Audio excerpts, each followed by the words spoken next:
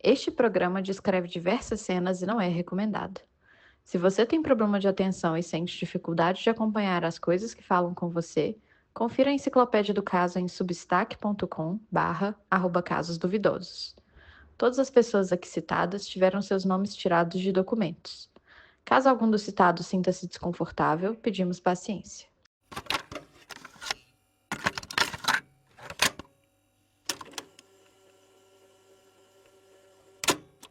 Antes de começarmos o episódio, eu preciso responder a milhares de questionamentos que têm sido feitos a respeito do podcast. Como o ouvinte pode ver, o caso Pitubinha é a terceira temporada de Casos Duvidosos, mas as duas temporadas anteriores não estão disponíveis em nenhuma plataforma.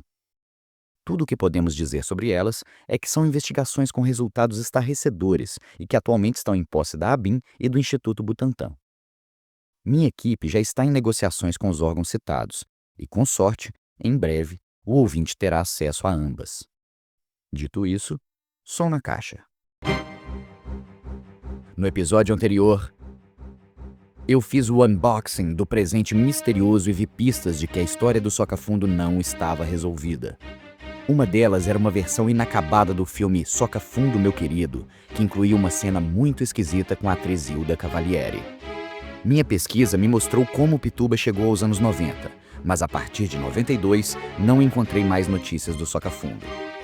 Uma entrevista escondida no site Assustador revelou que os 7 do Tutti Frutti, que haviam se declarado culpados, voltaram atrás dentro do presídio Raposo Leitão. E eu peguei um ônibus para Pitubinha do Rio Bobo.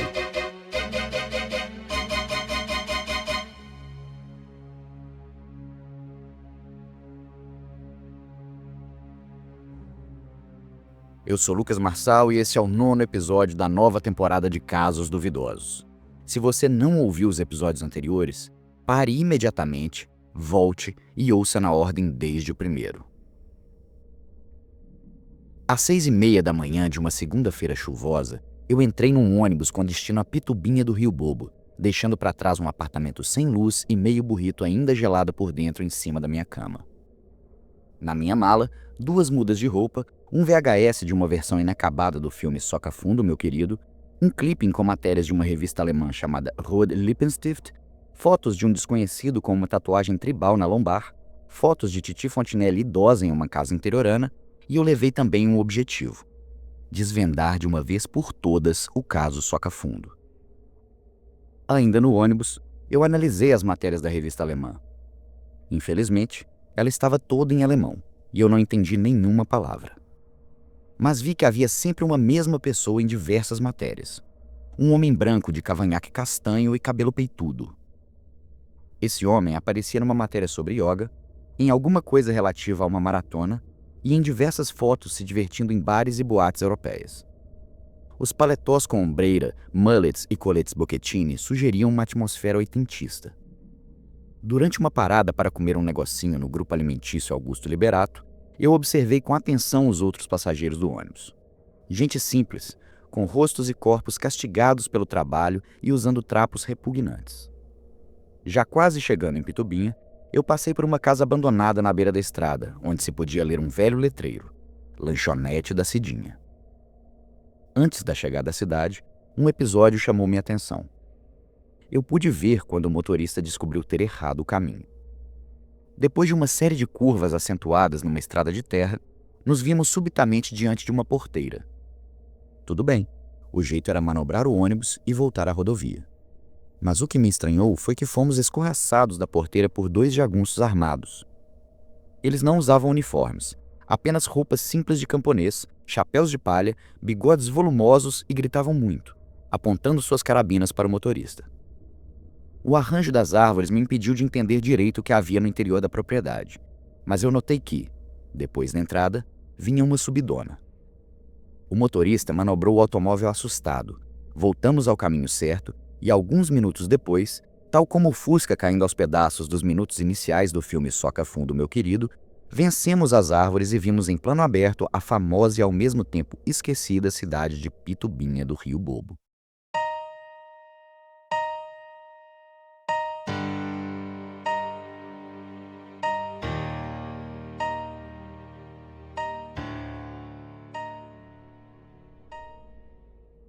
Eu não posso negar que, quanto mais me aproximava de Pituba, mais empolgado e até emocionado eu ficava.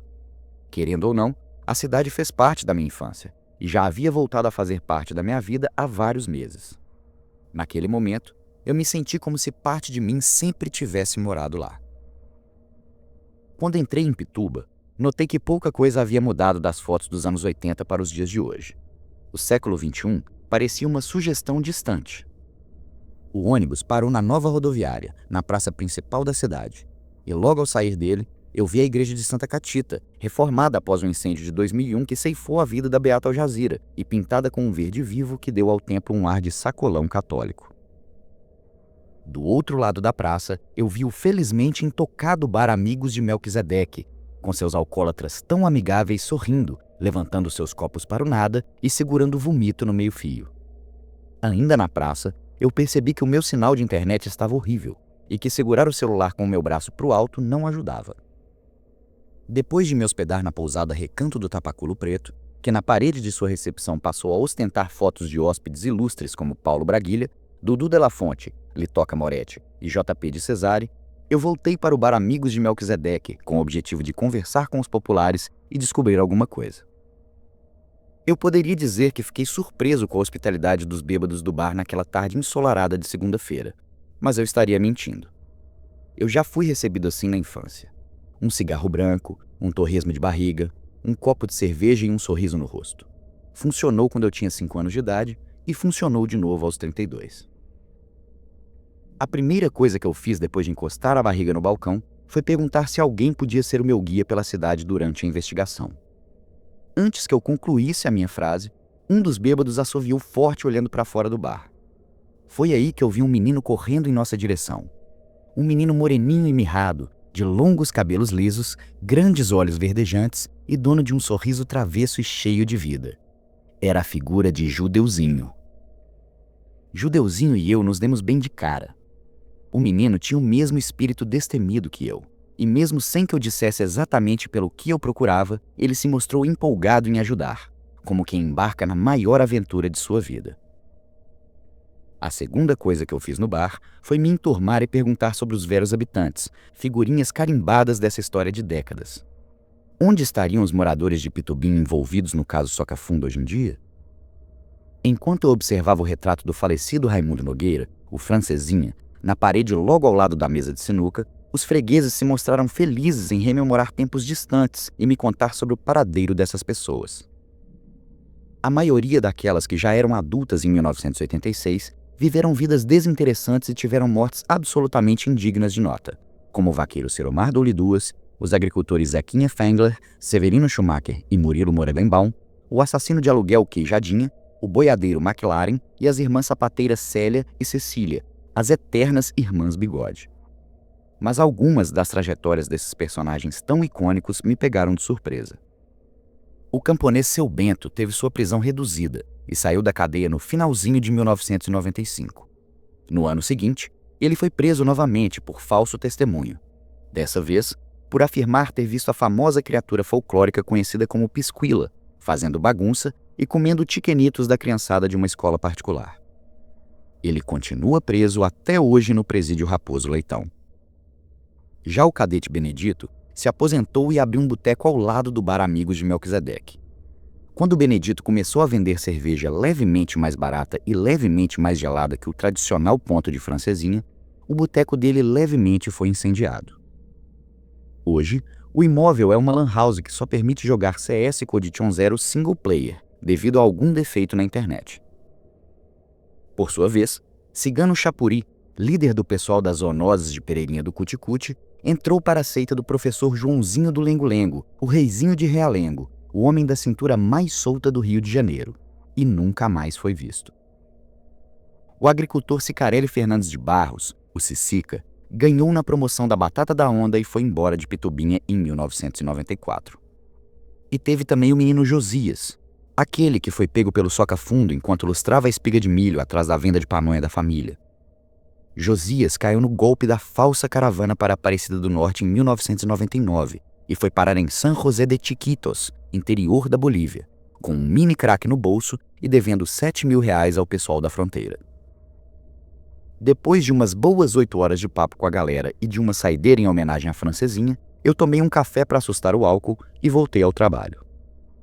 Apesar da boa prosa, meu objetivo era claro: encontrar sobreviventes do Soca-Fundo e pessoas que soubessem informações negligenciadas pelo Estado. E eu queria muito descobrir o paradeiro de Titi Fontinelli, que pela foto que eu recebi, estava viva em algum lugar da região. Ninguém sabia nada sobre Titi, mas um dos bêbados me informou que os sobreviventes do Soca-Fundo, Adécio Ludmilo e Dona Fudinda do Armelinda do Birilinga, ainda estavam vivos. Com os endereços deles escritos no papel de quibe, eu voltei para a pousada Recanto do Tapaculo Preto para descansar e recomeçar no dia seguinte. Na manhã de terça-feira, Judeuzinho me levou até a rua onde Adécio Ludmilo vive hoje em dia.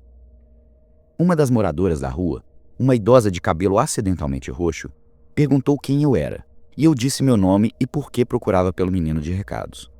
Ela arregalou os olhos quando eu mencionei o filme Soca-Fundo, meu querido, e para minha surpresa, disse que ela fez parte da produção do filme. Antes mesmo de falar com Adécio, eu bati um papo com essa senhora. Era a maquiadora Rose Vilaça. Que coincidência, né, Rose? Quer dizer então que você foi maquiadora do Soca-Fundo, meu querido?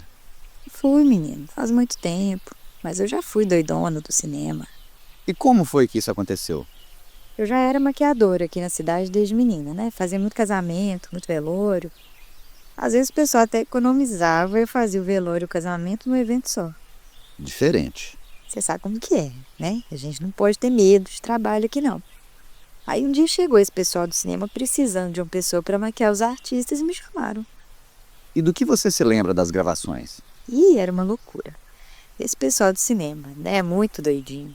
Era muita brincadeira, muita gozação, uma surubada absurda, muita... como é que fala? Cocaína. Mas eu achei divertido. O meu trabalho era mais maquiar as atrizes, fazer os cabelos. Nas cenas de sexo tinha que ter um cuidado de maquiar direitinho ali a pessoa, para um lado da bunda não ficar muito diferente do outro. Esconder uma marquinha de nascença mais asquerosa ali. E como o cinema nessa época era muita putaria, o povo suava muito. E sempre a Rose lá retocar o peitinho do pessoal. E por que foi que esse filme nunca saiu? Uai, menino, você não tá sabendo? Eu vim aqui descobrir. Ah, mas eu vou te contar. Logo no primeiro dia, o povo já estava ouvindo que o Soca-Fundo estava atacando ali de novo. Como assim? Atacando de novo? Em 1992? Isso. Mas já estava todo mundo aqui e quiseram pagar pra ver, né? Aí o pessoal começou a gravar no mato, acho que alguma cena de Soca-Fundo mesmo. Nisso, a moça que fazia a Titi, a Hilda Cavalieri, ela acabou se perdendo no mato com as 3 pessoas da produção e, nunca mais ninguém viu. Então nós não sabemos se eles foram mesmo vítimas do Soca-Fundo? Certeza, assim não tem. Mas aí a produção acabou, né? Não teve como. O pessoal foi embora, o Sérgio ficou muito triste, virou mendigo aqui na cidade. Morreu todo fodido. Todo fudido? Todo fodido. É muito triste. Essa Hilda, ela tinha até um lado da bunda muito diferente do outro. Mas de rosto, ela era linda. Tinha mesmo. Então quer dizer que aquela última cena da versão do filme Soca-Fundo, meu querido, assim como eu suspeitava, não era uma cena. Eram imagens reais de pessoas perdidas no mato. A afirmação de Rose sobre novos ataques do Soca-Fundo me pegou desprevenido.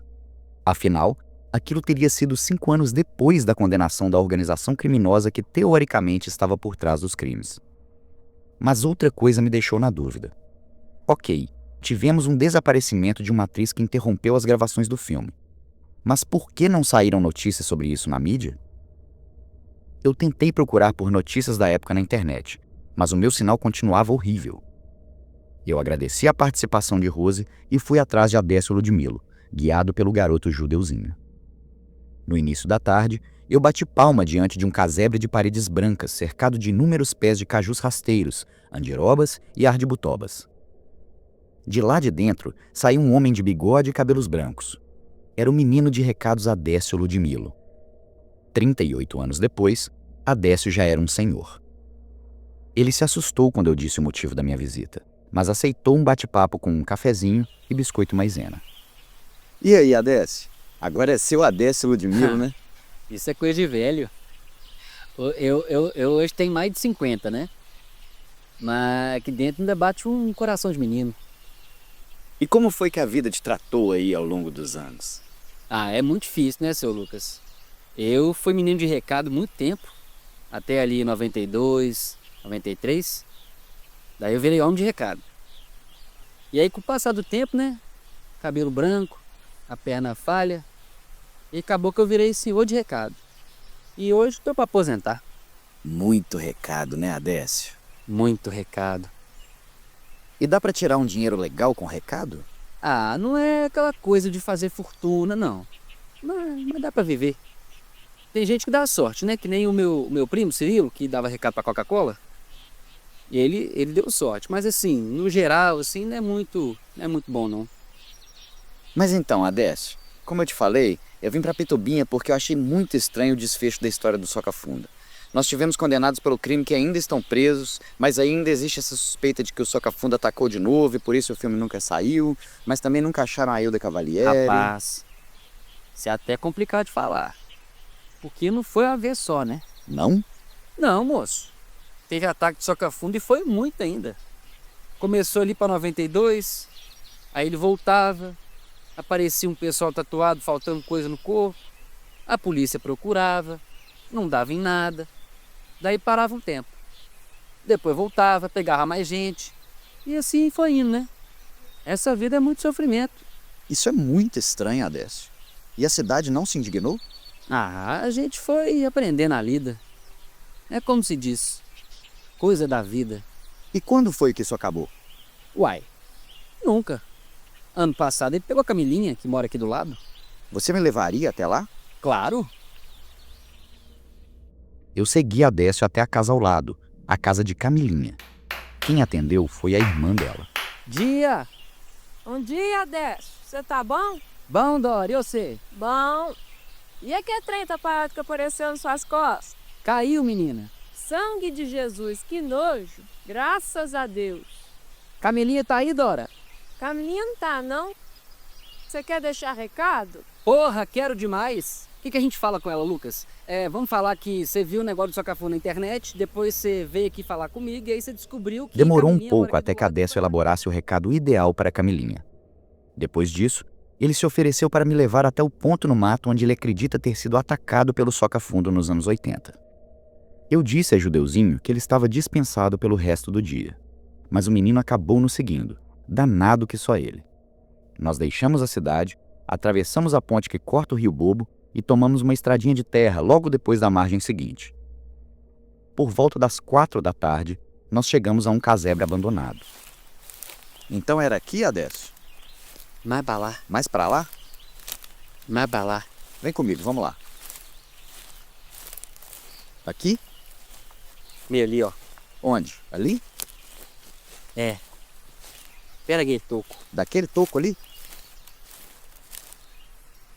Ah, bacana.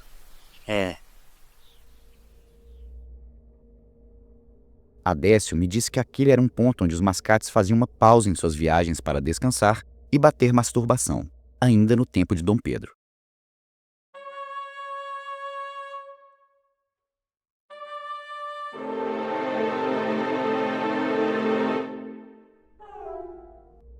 Na volta do passeio com Adécio, o senhor de recados ainda disse que o Soca Funda atacou mais 3 pessoas em 2024, outras 2 em 2020, 8 pessoas em 2016, e assim tem sido desde os anos 90. Andando por Pituba, eu passei algumas horas perguntando aos populares sobre o paradeiro da socialite Titi Fontinelli, sem sucesso. Foi então que um populares me contou a respeito de seu nonô, um lavrador aficionado pela história do Soca Fundo, que vivia em uma propriedade excêntrica não muito longe da prefeitura. Eu pedi que Judeuzinho me levasse até a casa desse homem.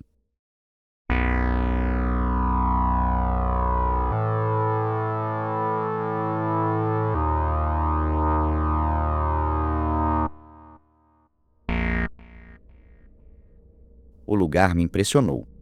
A casa parecia quase um museu, um templo do Soca Fundo. Havia matérias de jornais coladas nas paredes, esculturinhas com diferentes interpretações de como seria a criatura espalhadas por todo o canto. caricaturas de diversas personalidades do caso e até bonequinha de pano de Litoca Moretti e carranca com a cara de Siddhartha Popovic. Acima da carranca havia um pôster da feiticeira do programa do Hulk na Band, mas aí eu acho que era coisa dele.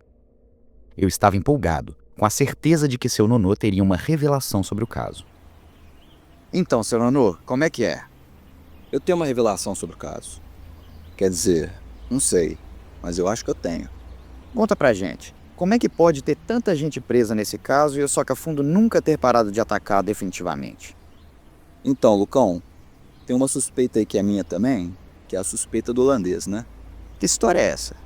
Teve um holandês que chegou aqui no comecinho dos anos 80, chegou aqui com um pessoal branco igual neve, que não falava português. Pessoal meio... é hippie que fala, né?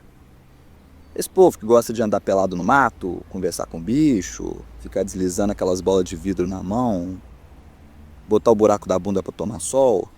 Esse povo.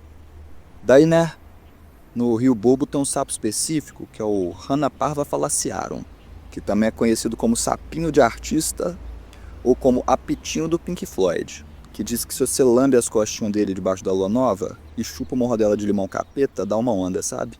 O pessoal viaja, vê Jesus, vê Lima Duarte, aquelas coisas.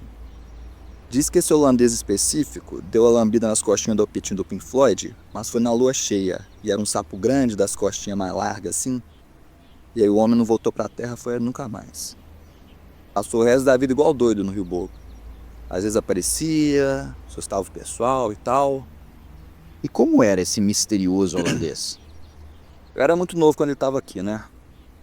Mas eu lembro que era um brancão que tinha mais de 2 metros de altura, um peito bem peludo assim e um cavanhaque. Nesse momento, eu desconfiei de uma coisa e tirei da mochila o clipping da revista Rode Rebenstorto. Uai, seu Nonô, é esse cara aqui? Esse mesmo. A revista Molotov-Ribbentrop não era alemã, era holandesa, e o misterioso holandês era o tema do clipping. Talvez o ouvinte não se lembre, mas no primeiro episódio desse podcast, em depoimento à Polícia Federal, seu Tunico afirmou ter visto uma criatura emergindo do Rio Bobo. Uma criatura com mais de 2 metros de altura. Seria o holandês misterioso? E seria ele o Soca-Fundo todo esse tempo? Eu não sei. Mas alguém em algum lugar queria que eu soubesse da existência dele. E essa é a sua única suspeita, seu Nonô? De jeito nenhum. Ninguém sabe, né? Tem um lado meu que quer que seja um bichão bem esquisito de filme, igual esses bonequinhos que eu coleciono. Tem outro lado que tem uma suspeita de gente aí que eu não posso nem falar do senhor. Não vai falar? Não vou falar. Pode ser também que é outra pessoa, né? De repente alguém que é fã do Soca Fundo e começou a fazer igual ele depois. De repente sou eu mesmo. O que é que te prova que não sou eu? Eu não pude deixar de notar que o senhor tirou a camisa durante a entrevista e deu uma voltinha. Eu reparei a sua tatuagem tribal na lombar. É a primeira que eu vejo pessoalmente. O senhor então foi uma vítima. Como o senhor pode ser o Soca Fundo e ao mesmo tempo ser vítima dele? Essa eu fiz foi em Belo Horizonte. É que eu gosto muito do Soca Fundo, entendeu? Nessa hora, eu vi que a vibe tinha ficado estranha e preferi ir embora.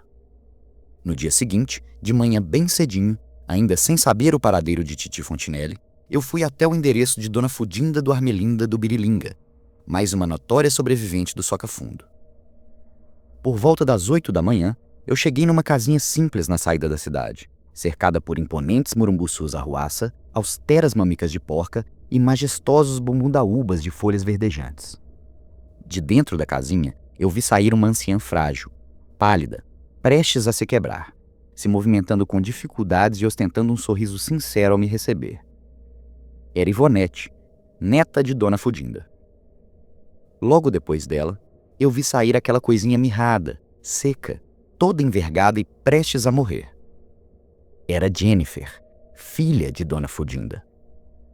Por fim, depois de Jennifer, eu finalmente vi Dona Fudinda se aproximando com agilidade impressionante para alguém da sua idade. A tatuagem do Bart Simpson no braço de Dona Fudinda já estava bastante apagada, mas a mente daquela camponesa ancestral parecia afiada como um facão de assustar menino bobo.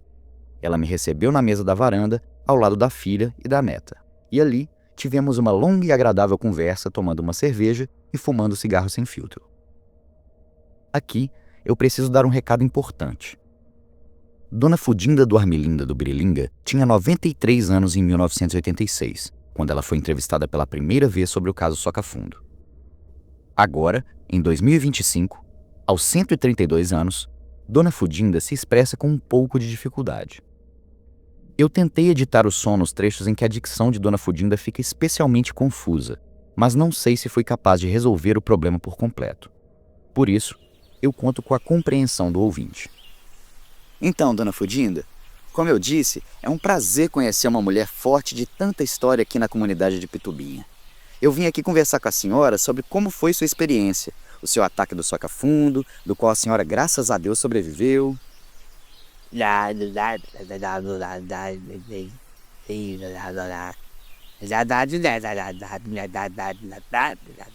Sei.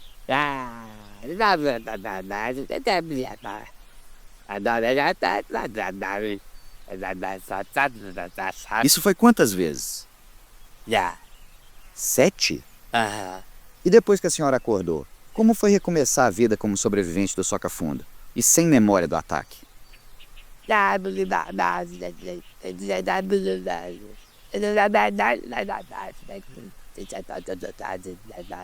Muito triste, né? E como foi aqui na cidade depois, nos anos 90 ali? As coisas melhoraram?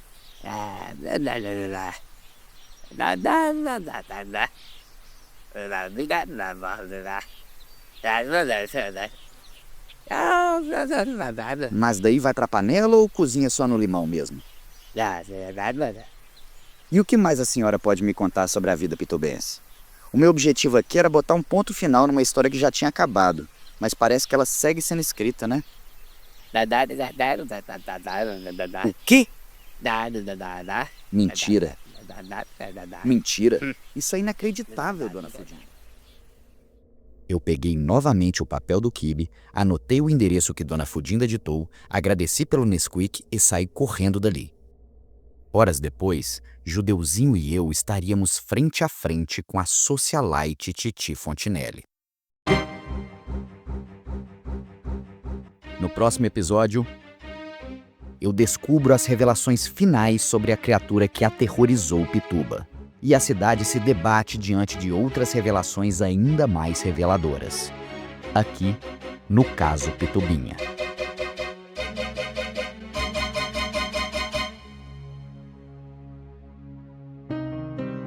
O Casos Duvidosos é um podcast investigativo em formato storytelling que dá um trabalho danado de fazer. E o seu apoio compartilhando esta obra com seus amigos e familiares faz toda a diferença. Divulgue nas suas redes e mande o link para quantas pessoas puder. O podcast é apresentado por Lucas Marçal e foi criado e roteirizado por Marcos Lopes. A produção executiva é de Marcos Lopes e Lucas Marçal.